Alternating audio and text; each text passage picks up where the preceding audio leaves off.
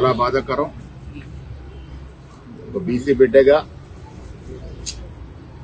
వారి పనికి పాల్పడాల్సింది కాదు, బట్ దురదృష్టకరంగా వారు స్వర్గస్థులు అవ్వడం జరిగింది. ఇవాళ నేను, నాతో పాటు గౌరవ మంత్రివర్యులు పొన్నం ప్రభాకర్ గారు, బీసీ కమిషన్ చైర్మన్ నిరంజన్ గారు, సీనియర్ నాయకులు వినయ్ కుమార్ గారు, ఇరావతి అనిల్ గారు, శ్రీకాంత్ గారు, మెట్టు సాయి గారితో పాటు అందరం కూడా గణేష్ గారు, గణేశాచారి గారు, ఈశ్వరాచారి కుటుంబ సభ్యులు పరామర్శం జరిగింది. 3 పిల్లలు ఉన్నారు. వారి భవిష్యత్తు కోసం అన్ని రకాల సహకారాలు అందిస్తామనే మాట నేను, మంత్రివర్యులు, పెద్దలందరూ కూడా చెప్పడం జరిగింది. ఇలాంటి దృశ్య సంఘటనలు ముందు జరగకూడదు.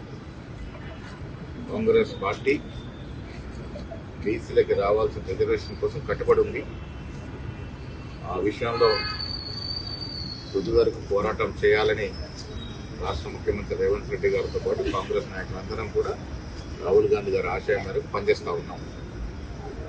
బీసీ సంఘాలకి, బీసీ యువకులకి నా విజ్ఞప్తి, మంచి రోజులు వస్తాయి, తొందరపడద్దు.